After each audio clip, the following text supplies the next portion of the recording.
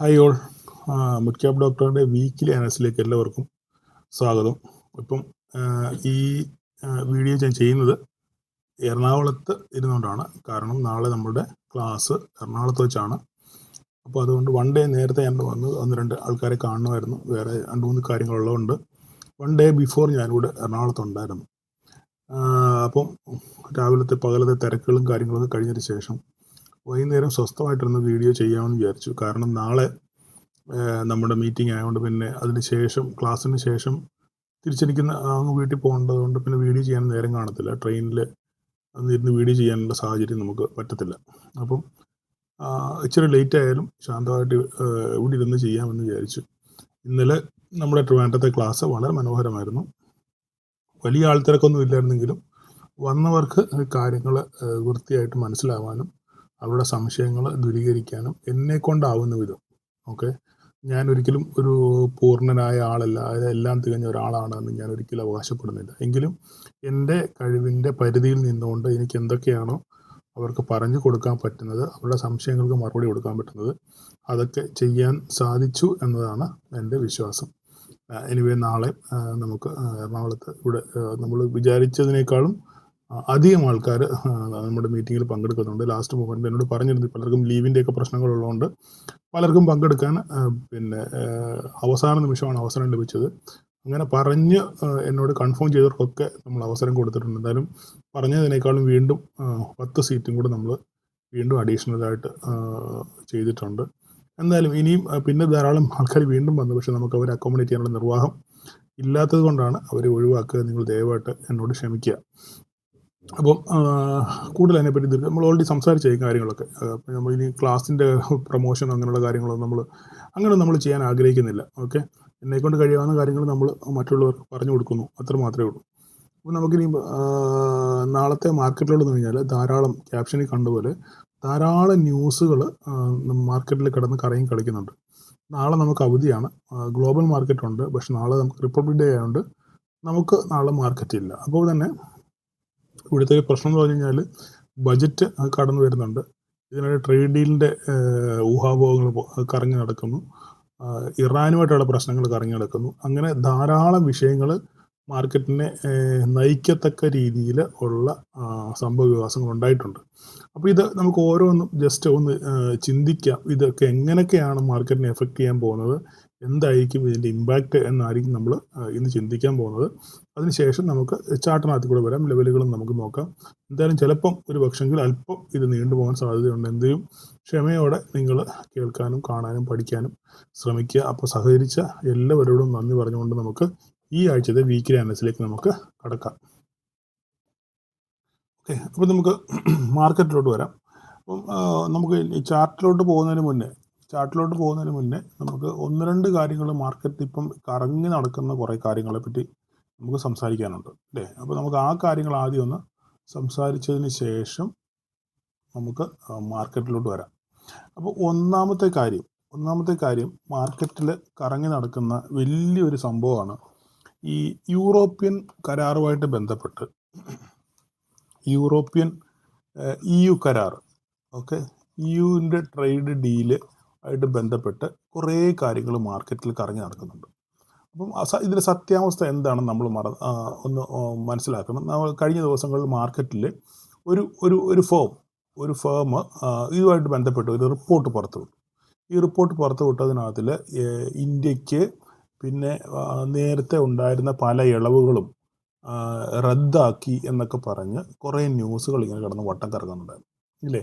അപ്പോൾ അതുമായിട്ട് ബന്ധപ്പെട്ടാണ് മാർക്കറ്റിന് കഴിഞ്ഞ ദിവസം വ്യാഴാഴ്ച വെള്ളിയാഴ്ചയൊക്കെ ഭീകരമായിട്ട് ഫോള് വന്നത്. ട്രേഡ് ഡീലിനകത്തിൽ നേരത്തെ യൂറോപ്പ് ഇന്ത്യക്ക് തന്നിരുന്ന ധാരാളം ഇളവുകൾ റദ്ദാക്കി എന്ന് പറഞ്ഞ് കുറേ ന്യൂസുകളുണ്ടായിരുന്നു. അപ്പോൾ അതിന് സത്യാവസ്ഥ എന്താണ്, ഇതെങ്ങനെയാണ് സംഭവിച്ചത് എന്ന് ജസ്റ്റ് ഒരു 2 വരി നിങ്ങളോടൊന്ന് പറഞ്ഞതിന് ശേഷം നമുക്ക് അടുത്ത അത് യൂറോപ്പിൽ GSP എന്ന് പറഞ്ഞൊരു സംഭവമാണ്. അതായത് GSP. ഈ GSP എന്ന് പറഞ്ഞു കഴിഞ്ഞാൽ എന്താ സംഭവിച്ചാൽ ജനറലൈസ്ഡ് സ്കീം ഓഫ് പ്രിഫറൻസസ്. ഇതാണ് ജനറലൈസ്ഡ്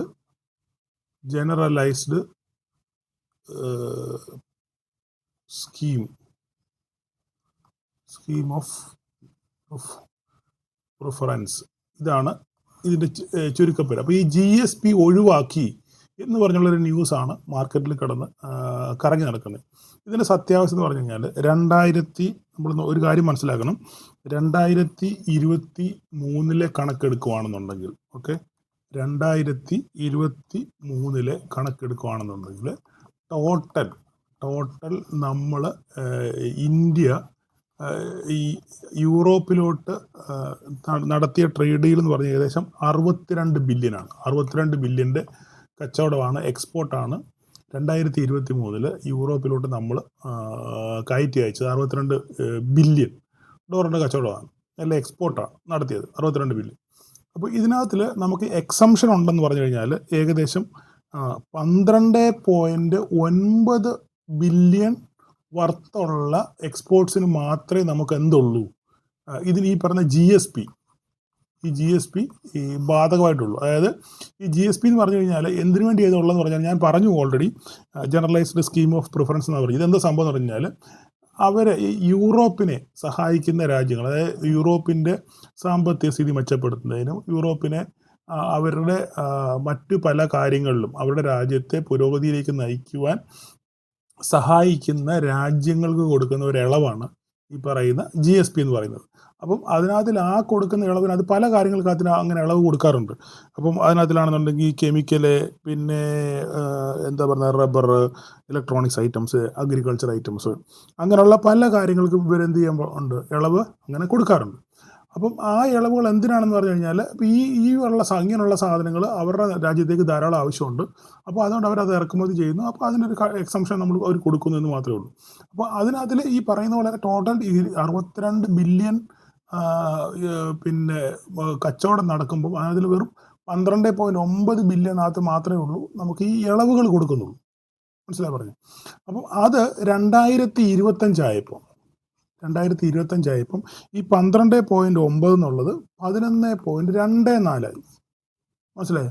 നേരത്തെ 12.9 ബില്യൺ ആയിരുന്നു ഇളവ് കൊടുത്തിരുന്നെങ്കിൽ ഇപ്പോൾ അത് 11.24. അപ്പോൾ വളരെ ചെറിയ ഏകദേശം 1.6 ബില്യൻ്റെ വ്യത്യാസം മാത്രമേ ഇവിടെ വന്നിട്ടുള്ളൂ. മനസ്സിലായോ? 1.6 വ്യത്യാസം മാത്രമേ വന്നിട്ടുള്ളൂ. അത് വലിയ മഹാസംഭവം ഒന്നാണെന്ന് ഞാൻ വിശ്വസിക്കുന്നില്ല. ഇങ്ങനെ കൊട്ടിഘോഷിക്കാനും മാത്രം അല്ല മാർക്കറ്റിനെ തകർക്കാൻ മാത്രമുള്ള ശേഷിയുള്ള സംഭവമാണ് ഇതെന്ന് ഞാൻ വിശ്വസിക്കുന്നില്ല. ഓക്കെ, ഇതൊക്കെ ഇങ്ങനെ നിലനിൽക്കുമ്പോഴും നമ്മളൊരു കാര്യം മനസ്സിലാക്കണം. ഇപ്പം പുതിയ ഡീൽ വരുന്നുണ്ട്, എല്ലാവരും വിശേഷിപ്പിക്കുന്നതാണ് മദർ ഓഫ് ഡീൽ.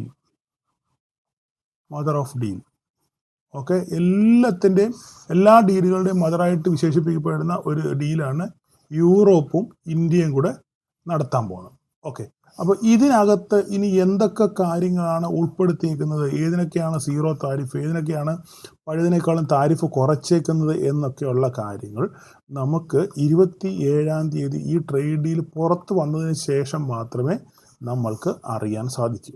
എന്തായാലും രണ്ട് രാജ്യവും ഇന്ത്യയും യൂറോപ്പും ഈ കരാറിനെ ഇത്രയധികം കൊട്ടിഘോഷിക്കണമെന്നുണ്ടെങ്കിൽ ഇതിനകത്ത് എന്തെങ്കിലും സംഗതികൾ ഇല്ലാതിരിക്കത്തില്ല. പിന്നെ ഈ ട്രേഡ് ഡീൽ ഉണ്ടാക്കുമ്പം ഇങ്ങനെ GSP എക്സംഷൻ ഒഴിവായിട്ടുണ്ടെന്നും ഇതിങ്ങനെ സംഭവങ്ങളുണ്ടെന്നൊക്കെ ഉള്ള കാര്യം അവർ പൊട്ടന്മാരൊന്നും അല്ലല്ലോ, അല്ലേ? അവർക്കറിയാവുന്ന കാര്യങ്ങളല്ലേ. അപ്പം അതുകൊണ്ട് ആ കാര്യങ്ങൾ അവർ മറച്ചു വെച്ചുകൊണ്ട് മനസ്സിലാക്കാതെ ആയിരിക്കത്തില്ല പുതിയ ട്രേഡ് ഡീൽ ഉണ്ടാക്കുന്നത്. എന്തായാലും ഇന്ത്യയും യൂറോപ്പുമായിട്ടുള്ള ഈ ട്രേഡ് ഡീൽ നടപ്പാകുമ്പം അതിനകത്ത് എന്തായാലും ഇന്ത്യക്ക് ഒരു മേൽക്കോയ്മ, അല്ലെങ്കിൽ ഇന്ത്യയെ സഹായിക്കത്തക്ക രീതിയിൽ, അല്ലെങ്കിൽ ഇന്ത്യയുടെ കച്ചവടം മെച്ചപ്പെടുത്തുന്ന രീതിയിലുള്ള ഒരു സെറ്റപ്പ് ആയിരിക്കണം ഈ ട്രേഡ് ഡീൽ കൊണ്ട് ഉദ്ദേശിക്കുന്നത്. അപ്പോൾ തന്നെ യൂറോപ്പിന് അതുകൊണ്ടിട്ട് മെച്ചം കിട്ടുകയും വേണം. അപ്പോൾ എന്തായാലും ഈ ട്രേഡ് ഡീലിൻ്റെ മൊത്തം സംഭവങ്ങൾ പുറത്ത് വന്നു കഴിയുമ്പോഴേ ഇതിൻ്റെ കറക്റ്റ് ക്ലാരിറ്റി നമുക്ക് പുറത്ത് വരത്തുള്ളൂ. അതുവരെ ഇങ്ങനെ ഊഹാപോഹങ്ങൾ പുറത്തിങ്ങനെ അടിച്ചുകൊണ്ടിരിക്കും. അതിൻ്റെ പുറകെ മാർക്കറ്റ് ഇങ്ങനെ നാട്ടുകാരിങ്ങനെ പോവുകയും ചെയ്യും. അപ്പോൾ അതുകൊണ്ട് ദയവ് ചെയ്ത് നിങ്ങളിങ്ങനെ പാനിക് സിറ്റുവേഷനിൽ പെടാതെ കറക്റ്റ് റിയാലിറ്റി മനസ്സിലാക്കാൻ ശ്രമിക്കുക. പിന്നെ വേറൊരു കാര്യമുണ്ട്, ഈ ട്രേഡ് ഡീല് ഒപ്പിട്ടാലും എന്നാണ് ഇംപ്ലിമെൻ്റ് ചെയ്യുന്നതെന്നുള്ളൊരു പ്രശ്നമുണ്ട്. മനസ്സിലായോ? എന്നാണിത് ഇംപ്ലിമെൻറ്റ് ചെയ്യുന്ന പ്രശ്നമുണ്ട്. ഇതിപ്പോൾ ചിലപ്പം ഇന്ന് ഡീൽ ഒപ്പിട്ടാലും നാളെ മുതൽ ഇത് പ്രാവർത്തികമാണെന്ന് നിർബന്ധമൊന്നുമില്ല. ചിലപ്പോൾ 6 മാസം എടുക്കും, ചിലപ്പോൾ 1 വർഷം എടുക്കും, ചിലപ്പോൾ 3 മാസം എടുക്കും. കാരണം ഈ ട്രേഡ് ഡീൽ ഒപ്പിട്ടാലും ഇനി അവരുടെ രാജ്യത്ത് അവരുടെ പാർലമെൻറ്റ് പാസ്സാക്കണം, അവരുടെ പല ഘട്ടങ്ങളിലൂടെ ഇത് സംഭവം കടന്നു പോകണം. അപ്പോൾ ഈ ഘട്ടങ്ങളിലൂടെയൊക്കെ കടന്നു പോയിട്ട് ഇതൊരു നിയമമായിട്ട് മാറി, ഒരു ബില്ലായിട്ട് മാറി അവരുടെ രാജ്യത്ത് ഇത് അപ്രൂവ് ചെയ്യാൻ എത്ര ദിവസം എടുക്കും എന്നുള്ളത് ഒരു പ്രധാനപ്പെട്ട ചോദ്യമാണ്. മനസ്സിലായോ? അപ്പോൾ നമുക്ക് കാത്തിരിക്കുക. ഇത് 27-ാം തീയതി പ്രഖ്യാപിച്ചതിന് ശേഷം എന്ത് മുതലാണ് ഇത് ഇംപ്ലിമെൻറ്റ് ചെയ്യുന്നത്, എന്ന് മുതലാണ് ഈ സംഭവം ആക്റ്റീവ് ആകുന്നൊക്കെയുള്ള കാര്യം വരും ദിവസങ്ങൾ നമ്മൾ അറിയാനിരിക്കുന്നേ ഉള്ളൂ. അതുകൊണ്ട് ആന്ധ്രായി വെള്ളപ്പൊക്കത്തിന് ഇവിടുന്ന് മുണ്ടുമടക്കി കുത്തിയിട്ട് യാതൊരു കാര്യമില്ല. കാര്യങ്ങളെ നമ്മൾ ഗൗരവത്തോടുകൂടി മനസ്സിലാക്കാൻ നമ്മൾ എന്ത് ചെയ്യണം?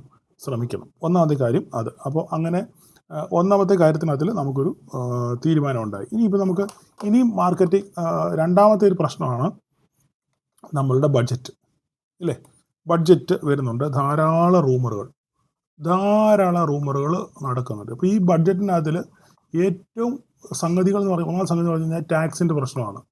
അപ്പോൾ എത്രത്തോളം ടാക്സ് എക്സംഷൻ നമുക്ക് തരുന്നു, ഞാൻ കഴിഞ്ഞ ദിവസം ഒരു വീഡിയോയിൽ പറഞ്ഞിരുന്നു, എത്രത്തോളം നമുക്ക് ടാക്സ് എക്സംഷൻ കിട്ടാൻ പോകുന്നു എന്നുള്ളത് വലിയ പൊതുജനം മുഴുവൻ ഉറ്റുനോക്കിക്കൊണ്ടിരിക്കുന്ന ഒരു സംഗതികളാണ്.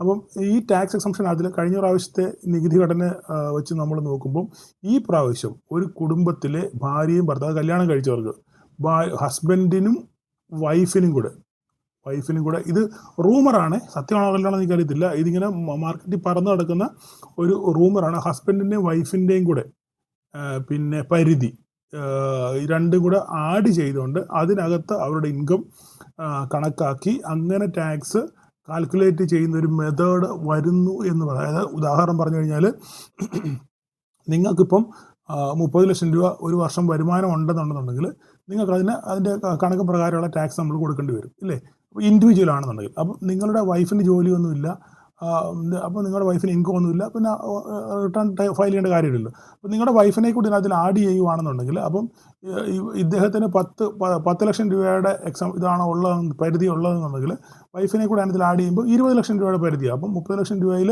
20 ലക്ഷം രൂപ കൂട്ടിക്കിഴിച്ചതിന് ശേഷം ബാക്കി 10 ലക്ഷം രൂപയ്ക്ക് എന്ത് ചെയ്യാൻ മതി? ടാക്സ് കൊടുത്താൽ മതി. നിലവിലാണെന്നുണ്ടെങ്കിൽ 30-ൽ 10 പോയി കഴിഞ്ഞാൽ ബാക്കി 20-ന് കൊടുക്കണമായിരുന്നു. പക്ഷേ ഈ ഒരു സംഭവം വരുമ്പോൾ 10 ലക്ഷത്തിന് മാത്രമുള്ള ടാക്സ് കൊടുത്താൽ മതി. ഇത് ഞാനൊരു ഉദാഹരണം പറഞ്ഞത് മാത്രമേ ഉള്ളൂ, ഇങ്ങനെയല്ല. അപ്പോൾ ഇങ്ങനെ ഒരു സംഗതി വരാൻ പോകുന്നു എന്ന് മാർക്കറ്റിൽ ഒരു റൂമർ കറങ്ങുന്നുണ്ട്. ഇതും സത്യമാണോ കള്ളമാണോ നമുക്കറിയത്തില്ല. അതുപോലെ തന്നെ സ്റ്റോക്ക് മാർക്കറ്റുമായിട്ട് ബന്ധപ്പെട്ട STT ഒഴിവാക്കും, അല്ലെ കട്ട് ചെയ്യാൻ പോകും, അല്ലെ LTCG അല്ലെ STCG ഇതിനകത്തിൽ പിന്നെ കുറവ് വരുത്തും, അല്ലെ കൂട്ടും എന്നൊക്കെ പറഞ്ഞ് വളരെ എന്താ പറയുന്നത് റൂമറുകൾ കറങ്ങുന്നുണ്ട്. അപ്പോൾ ഇതിനകത്തിലൊക്കെ സത്യാവസ്ഥ എന്തുവാണെന്നുള്ള കാര്യം ബജറ്റ് വന്നതിന് ശേഷം മാത്രമേ നമുക്കറിയത്തുള്ളൂ. അപ്പോൾ മാർക്കറ്റ് ഇതൊക്കെ നോക്കുന്നത്. അതുപോലെ തന്നെ FISന് എന്തെങ്കിലും ടാക്സ് ഇളവുകൾ എന്തെങ്കിലും കൊടുക്കാറുണ്ടോ, കോർപ്പറേറ്റ് ടാക്സിനകത്ത് എന്തെങ്കിലും സംഭവവികാസങ്ങളുണ്ടോ, ഇതൊക്കെ മാർക്കറ്റ് ഉറ്റുനോക്കുന്ന കാര്യമാണ്. അപ്പോൾ ഇങ്ങനെയൊക്കെയുള്ള പ്രഖ്യാപനങ്ങൾ ഉണ്ടായിക്കഴിഞ്ഞാൽ അത് മാർക്കറ്റിനെ സ്വാധീനിക്കുന്ന ഒരു ഘടകമായിട്ട് മാറാനുള്ള സാധ്യത വളരെ കൂടുതലാണ്. അതുപോലെ തന്നെ ഈ പ്രാവശ്യം വീണ്ടും GST ഇളവുകൾ കൊടുക്കുമോ ഇല്ലയോ, കൂടുതൽ GST പിന്നെ ഇപ്പോൾ ഞാൻ അങ്ങനെ സംഭവിക്കാൻ പോകുന്ന പറയല്ലേ, പെട്രോളിന് ഡീസലിനൊക്കെ GSTക്ക് അത് കിടക്കുകയാണെന്നുണ്ടെങ്കിൽ നല്ല രീതിയിൽ നമുക്ക് ബെനിഫിറ്റ് കിട്ടും. പക്ഷേ അതൊന്നും നടക്കാൻ പോകുന്ന കാര്യമല്ല. എങ്കിൽ ഞാൻ പറഞ്ഞത് ഉദാഹരണം പറഞ്ഞത് മാത്രമേ ഉള്ളൂ. അതുപോലെ തന്നെ പല കാര്യങ്ങൾക്കും സ്ലാബുകൾ മാറ്റി. ഇപ്പം 5%, 12%, 18% ഒക്കെ ഉള്ള സ്ലാബുകളല്ലേ.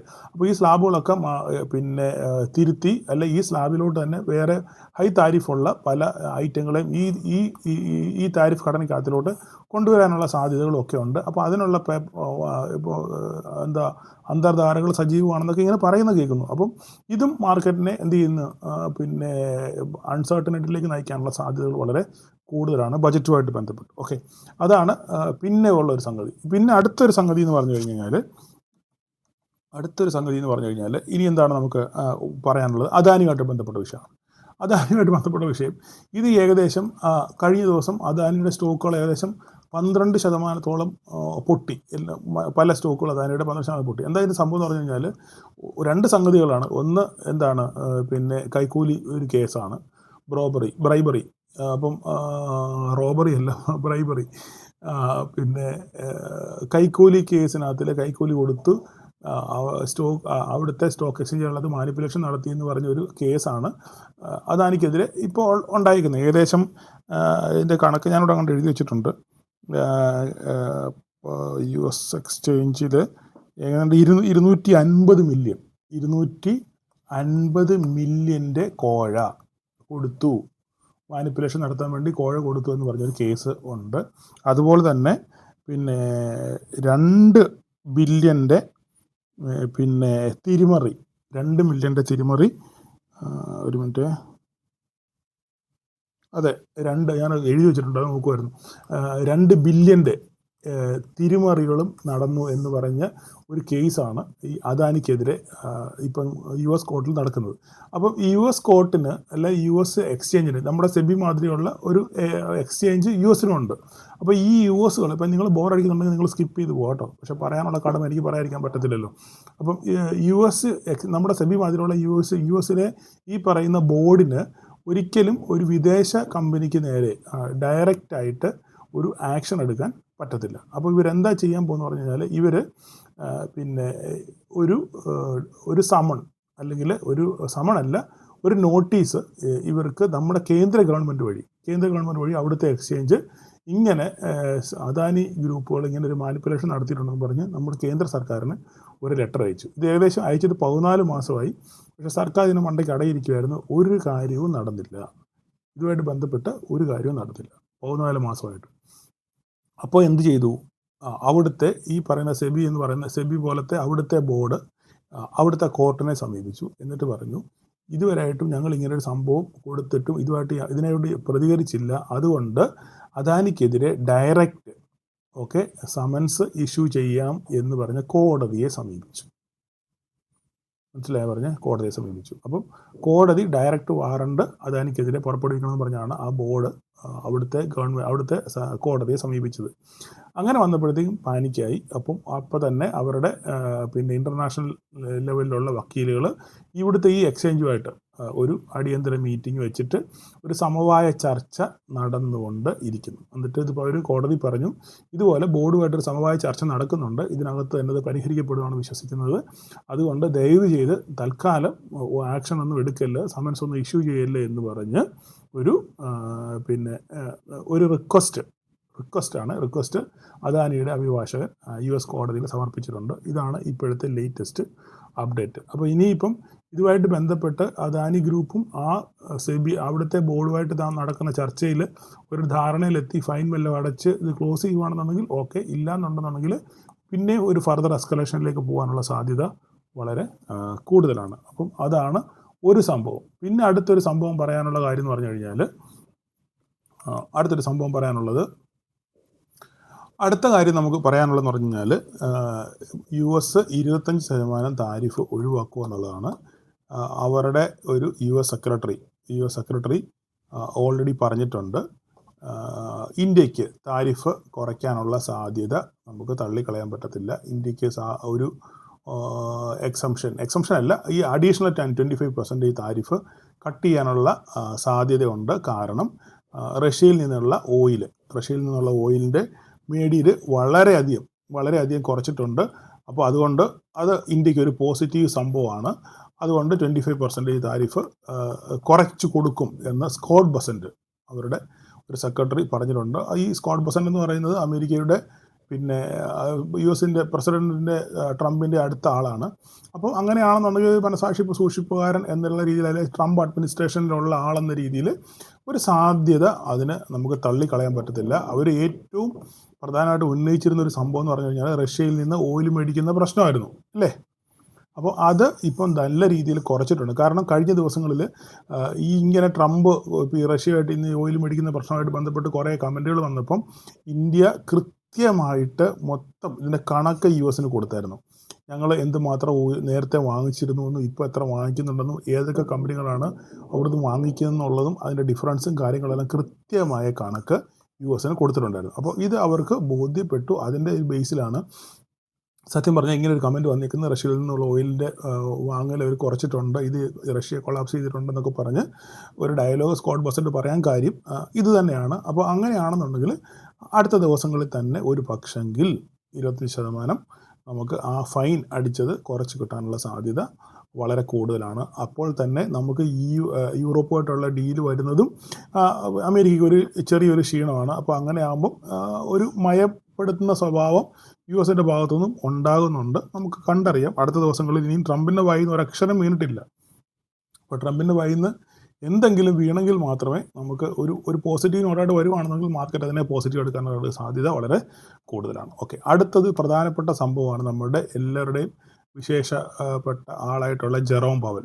ഓക്കെ, ജെറോം പവൽ ഇന്ന് എനിക്കൊന്ന് മാർച്ച് 31 വരെ ഉള്ള തോന്നുന്നു ജെറോം പവലിൻ്റെ. ആരാ ജെറോം പവൽ എന്നറിയാമോ? ഞാനങ്ങ് പറയുകയാണ്. ജെറോം പവൽ എന്ന് പറഞ്ഞാൽ അവിടുത്തെ ഫെഡ് ചെയർമാനാണ്. നമ്മുടെ RBI ഗവർണർ മാതിരി US-ലെ ഫെഡ് ചെയർമാനാണ് ജെറോം പവൽ. അപ്പോൾ ജെറോം പവൽ ഇപ്പോൾ 28-ാം തീയതി FOMCയുടെ മീറ്റിങ്ങിൻ്റെ ഔട്ട്കം വരുന്നുണ്ട്. അതിനകത്തിൽ interest rate cut, okay, interest rate cut കുറയ്ക്കുമോ ഇല്ലയോ എന്നുള്ളതാണ് മാർക്കറ്റ് നോക്കി കാണുന്നത്. അപ്പോൾ ട്രംപിൻ്റെ ആഗ്രഹം ഇൻട്രസ്റ്റ് റേറ്റ് കുറയ്ക്കണം എന്നുള്ളതാണ്. പക്ഷെങ്കിൽ അനലിസ്റ്റുകളുടെ കൺവിക്ഷൻ പ്രകാരം ഫ്ലാറ്റായിട്ട് ഒന്നും ചെയ്യാതെ ഇരിക്കുക എന്നുള്ളതാണ് ഇപ്പോഴത്തെ കണ്ടീഷൻ തന്നെ മുന്നോട്ട് തുടർന്നു പോകാനുള്ള സാധ്യതയാണ് വളരെ കൂടുതൽ. ഓക്കെ, അതാണ് അനലിസ്റ്റുകൾ പറയുന്നത്. പക്ഷേ അങ്ങനെ ഫ്ലാറ്റായിട്ട് വന്നു കഴിഞ്ഞാൽ ട്രംപ് എണ്ണം പിന്നെ എന്തെങ്കിലും ഡയലോഗ് പറയാനുള്ള സാധ്യതയുണ്ട്. കാരണം ട്രംപ് പറയുന്നത് ഇൻട്രസ്റ്റ് റേറ്റ് ഇനിയും കുറയ്ക്കണം എന്നാണ് പറയുന്നത്. പക്ഷേങ്കിൽ മാർക്കറ്റ് കണ്ടീഷൻ വെച്ചും അവിടുത്തെ സാമ്പത്തിക വ്യവസ്ഥ വെച്ചും അവർക്ക് RBIയുടെ ഗവർണർ, അവിടുത്തെ ഫെഡ് ചെയർമാനാണ് തീരുമാനിക്കേണ്ടത്. അവരുടെ കമ്മിറ്റി FOMC കമ്മിറ്റിയാണ് തീരുമാനിക്കേണ്ടത് കുറയ്ക്കണോ വേണ്ട എന്നുള്ള കാര്യം. ട്രംപ് പറയുന്ന പോലെ അല്ലല്ലോ. അപ്പം ലോകം വളരെയധികം ഉറ്റുനോക്കുന്ന ഒരു സംഗതിയാണ്. ഇദ്ദേഹത്തിൻ്റെ എനിക്ക് ലാസ്റ്റ് ടേമാണിത്, മാർച്ച് വരെ ഉള്ളൂ. അപ്പോൾ അതിന് മുന്നേ ഇദ്ദേഹം ഒരു 25 ബേസിസ് പോയിൻറ്റോ 50 ബേസിസ് പോയിൻറ്റോ കുറയ്ക്കുമോ അതോ ഇങ്ങനെ തന്നെ തുടരുമോ എന്ന് ലോകം ഉറ്റുനോക്കിക്കൊണ്ടിരിക്കുകയാണ്. അപ്പോൾ 28-ാം തീയതി ജെറോം പവലിൻ്റെ പ്രസ് മീറ്റ് ഉണ്ട്. അതിനകത്തിൽ അദ്ദേഹം എന്ത് പ്രഖ്യാപിക്കുന്നു എന്നുള്ളതും ലോകം ഉറ്റുനോക്കുന്ന ഒരു സംഗതിയാണ്. അപ്പോൾ ഇത്രയും സംഭവമാണ് മാർക്കറ്റിലുള്ളത്. പിന്നെ വളരെ പ്രശ്നമായിട്ടുള്ള സംഭവം എന്ന് പറഞ്ഞാൽ ഇറാനുമായിട്ടുള്ള വിഷയമാണ്. വളരെയധികം പാനിക് സിറ്റുവേഷനാണ് നിലവിൽ ഉണ്ടായിരിക്കുന്നത്. അടിക്കും എന്ന് പറഞ്ഞ് അവസാനം അടി നടക്കുമോ അതോ എല്ലാം പവനായി ശവമായി എന്ന് പറഞ്ഞ രീതിയിലായി തീരുമോ എന്നുള്ള കാര്യം നമുക്കറിയത്തില്ല. എന്തായാലും US-ൻ്റെ പല വാർഷിപ്പുകളും അന്തർവാഹിനികളും ഒക്കെ സബ്മറൈൻസും ഒക്കെ ഈ മിഡിൽ ഈസ്റ്റ് ഏരിയയിൽ ഉണ്ട്. ഇറാൻ പറഞ്ഞേക്കുന്നത് ഞങ്ങളെ തൊട്ടാൽ ഞങ്ങൾ അമേരിക്കയുടെ ബേസ് എവിടെയൊക്കെ ഉണ്ട് അതെല്ലാം ചുട്ടിരിക്കും എന്നാണ് പറഞ്ഞേക്കുന്നത്. അതുമാത്രമല്ല ഹോർമോസ് കടലെടുക്കുക, അതായത് ഹോർമോസ് കടലെടുക്കുക എന്ന് പറഞ്ഞു കഴിഞ്ഞാൽ ഏകദേശം 75 മുതൽ 80% എണ്ണ ഒക്കെ പിന്നെ കടന്നു പോകുന്ന കടലെടുക്കാണ്, പേർഷ്യൻ കടലെടുക്കാണ് ഹോർമോസ് എന്ന് പറയുന്നത്.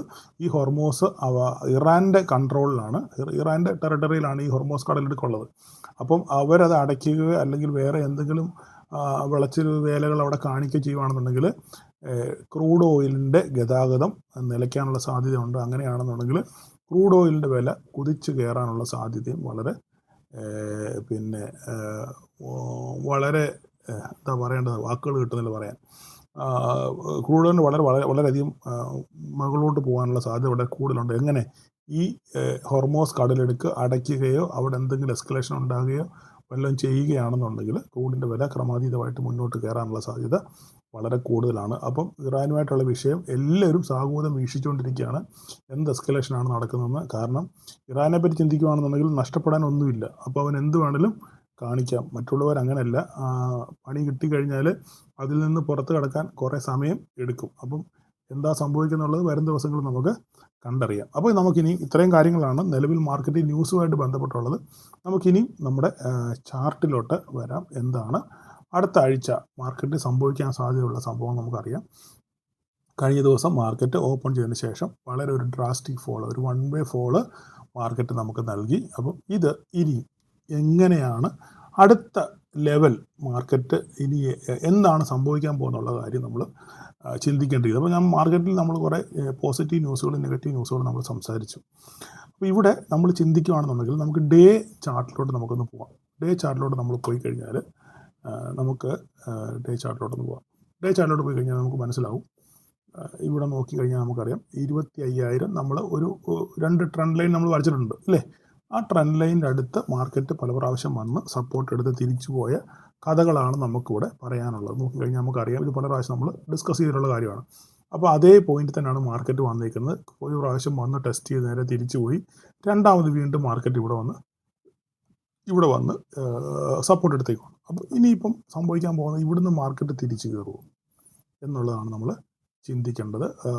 ഇവിടുന്ന് മാർക്കറ്റ് തിരിച്ച് കയറാൻ തക്ക രീതിയിലുള്ള ന്യൂസുകളുണ്ട്. ഒന്ന് EUDയിലുണ്ട്, 2 25% ടാരിഫ് കട്ട് ചെയ്യും എന്നുള്ളൊരു ശ്രുതി മാർക്കറ്റിലുണ്ട്. ബജറ്റിൻ്റെ നല്ല വശങ്ങളും ചീത്ത വശങ്ങളും ഉണ്ടെങ്കിലും ബജറ്റിൻ്റെ നല്ല വശങ്ങളെ മുൻനിർത്തി ഒക്കെ മാർക്കറ്റ് ഇവിടുന്ന് റിവേഴ്സ് ചെയ്യാനുള്ള സാധ്യതയുണ്ട്. അപ്പോൾ തന്നെ ഇറാൻ്റെ വിഷയവും ഇറാൻ US ആയിട്ടുള്ള വിഷയം ഇങ്ങനെ നിൽക്കുന്നു. അപ്പം അടുത്ത ദിവസങ്ങളിൽ തിങ്കളാഴ്ച, നാളെ മാർക്കറ്റില്ല, ചൊവ്വാഴ്ച മാർക്കറ്റ് ഓപ്പൺ ചെയ്യുമ്പോൾ ഇവിടെ ഈ ഓപ്പണിങ്ങിൽ എന്ത് സംഭവിക്കുന്നു എന്നുള്ളത് വലിയ ചോദ്യചിഹ്നമാണ്. നമുക്ക് ഈ ചാർട്ടിനെ ഒന്നുകൂടെ നമുക്കൊന്ന് കൂലങ്കഷമായിട്ട് നമ്മളൊന്ന് ചിന്തിക്കുകയാണെങ്കിൽ നമുക്ക് ഒരു കാര്യം കൂടെ ഞാൻ കാണിച്ചു തരാം. നമ്മൾ ഈ ചാർട്ടിനകത്തിൽ ഞാനിപ്പോൾ നമ്മൾ പറഞ്ഞത് കഴിഞ്ഞ ജൂൺ മുതലുള്ള വരെയാണ് ഈ വരച്ചേക്കുന്നത് അല്ലേ, ഈ ഒരു ട്രെൻഡ് ലൈൻ്റെ കാര്യം വെച്ചാൽ വേണമെന്നുണ്ടെങ്കിൽ ഈ ട്രെൻഡ് ലൈൻ ഒന്ന് എക്സ്റ്റെൻഡ് ചെയ്ത് നോക്കാം. അതെ, നമ്മളിപ്പോൾ ഇവിടെ വരെ വരച്ചിട്ടുള്ളൂ. ഞാനിത് കഴിഞ്ഞ ദിവസം ക്ലാസ്സിൽ പറഞ്ഞായിരുന്നു. നമുക്ക് ഇതിനകത്ത് നിന്ന് ഈ ലൈൻ ഒന്ന് എക്സ്റ്റെൻഡ് ചെയ്ത് നോക്കാം. നമുക്ക് അറിയത്തില്ല പ്രീവിയസ് എന്താ സംഭവം എന്നുള്ളത്, പക്ഷേ നമുക്ക് എക്സ്റ്റെൻഡ് ചെയ്ത് കഴിഞ്ഞാൽ ഇത് പ്രീവിയസ്ലി വീണ്ടും ഒരു സപ്പോർട്ട് എടുത്തിട്ടുണ്ടെന്ന് നമുക്ക് നോക്കാമല്ലോ. ജസ്റ്റ് നമ്മളൊന്ന് നോക്കുക. നോക്കിക്കേ, കണ്ടോ, ഞാൻ ഒന്നും നോക്കിയില്ലേ, പ്രീവിയസ് ഒന്നും നമ്മൾ നോക്കിയില്ല, ഇത് കുറച്ചുകൂടെ ഒന്ന് എക്സ്റ്റെൻഡ് ചെയ്ത് നോക്കാം എന്തെങ്കിലും സംഭവിക്കും നോക്കാം. കണ്ടോ, നോക്കിയേ, ഞാൻ ചുമ്മാ ഒന്ന് എക്സ്റ്റെൻഡ് ചെയ്തതാണ് 2024 മുതൽ. ഓക്കെ, 2024 മുതൽ ഈ ലെവല് 2023 മുതൽ 2023 ഡിസംബർ മുതൽ ഈ ലെവല് കൃത്യമായിട്ട് റെസ്പെക്റ്റ് ചെയ്ത് പോകുന്ന ഒരു സംഭവമാണ്. ഈ ഏരിയ നമുക്ക് കൃത്യമായിട്ട് മനസ്സിലായോ?